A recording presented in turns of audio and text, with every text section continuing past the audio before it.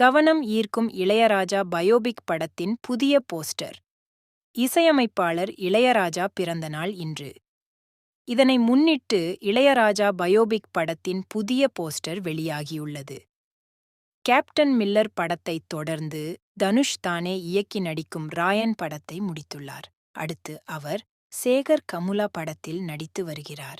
இதையடுத்து தனுஷ் இசையமைப்பாளர் இளையராஜாவின் வாழ்க்கை வரலாற்றை தழுவி உருவாகும் புதிய படத்தில் நடிக்கிறார்.